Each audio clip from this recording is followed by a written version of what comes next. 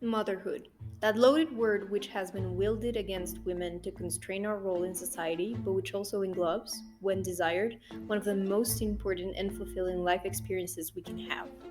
One of the main fights women have historically led concerns bodily autonomy.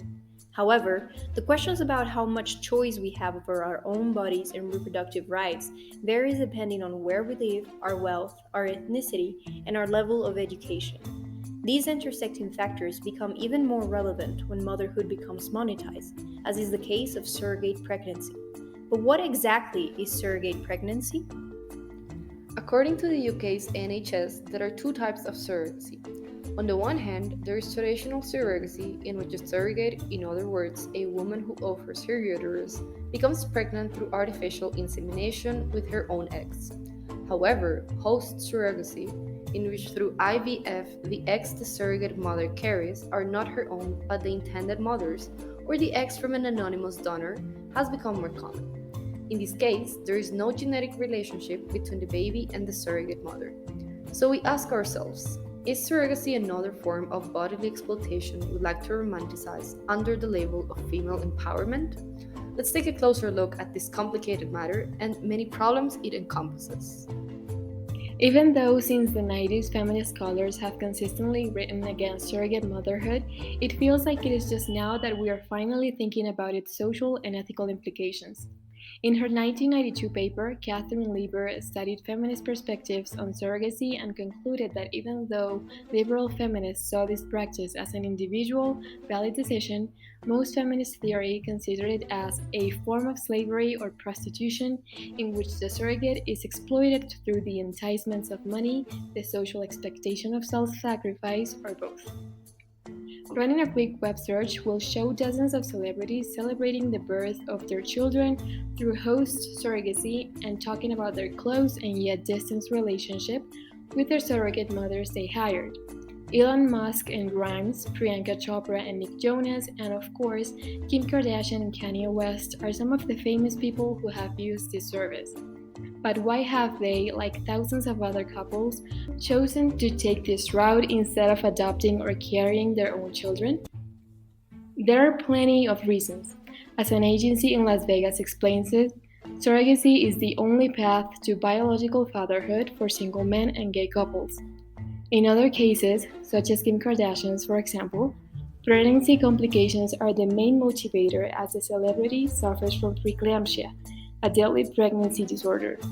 Based on these highly public cases, it is evident that surrogacy tends to be an expensive service, which only a few can afford. In the USA, the price of surrogacy is hard to establish, but from what we could find from different fertility agencies, it can cost anywhere from $30,000 to $150,000, as the US News and World Report establishes.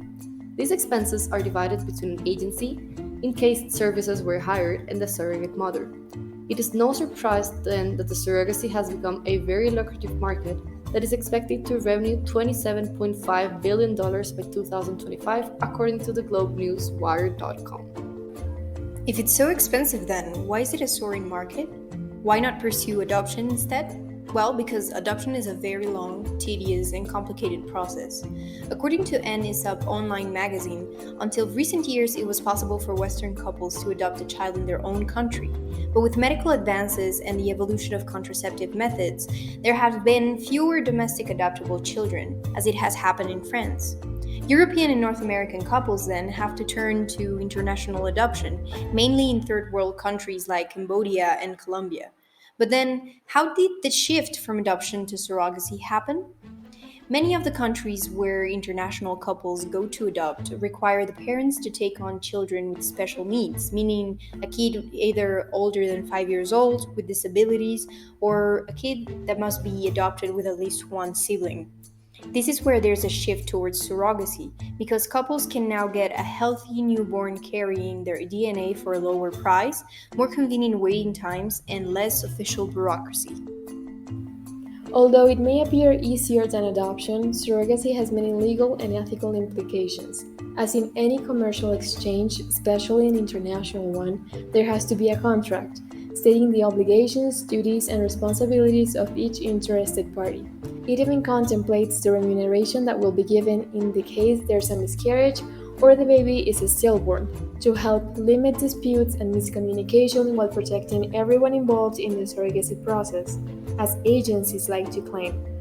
But what are we referring to when we speak about protection? Where does this legislation apply when we talk about international surrogacy? Different countries have different laws and restrictions regarding surrogacy. In most Western European countries like France, Germany, and the Netherlands, surrogacy is forbidden because, according to these European countries' laws, human bodies cannot be given nor sold to others. However, in countries with looser legislation, like India, where surrogacy is poorly regulated, and in others, like Colombia, where legislation is non existent, surrogacy has become a common and profitable practice for some. Legal implications are usually included in the contract, but we couldn't find a trace of ethical ones. That doesn't mean they don't exist. Surrogacy might seem to be the so needed answer for single sex couples, single individuals, or parents who can't have biological children.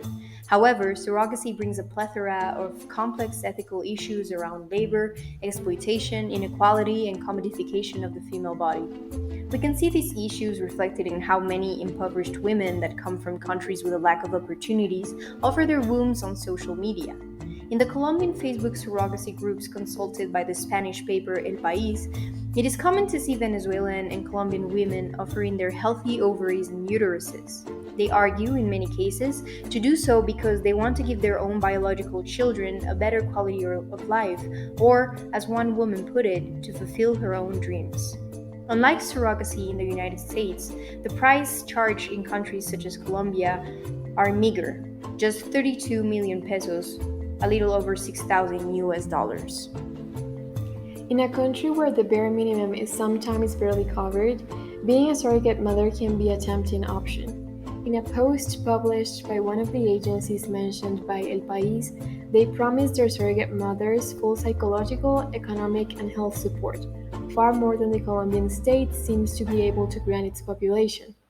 Although it is true that these women enter surrogacy willingly, it is also important to think if these women would choose to provide such a service if they weren't facing economic hardship.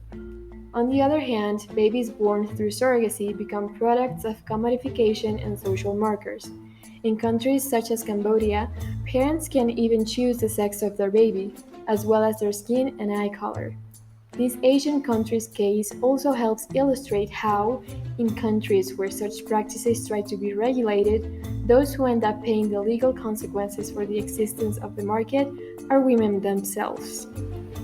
In 2018, when this country's authorities raided a housing complex in the capital city, Phnom Penh, surrogate mothers were the main prosecuted and forced to endure inhumane conditions. As a New York Times article on the matter puts it, nearly all of those arrested in the 2018 raid gave birth while imprisoned in a military hospital, some chained to their beds. In exchange for suspended prison terms, the surrogates would have to raise the children themselves.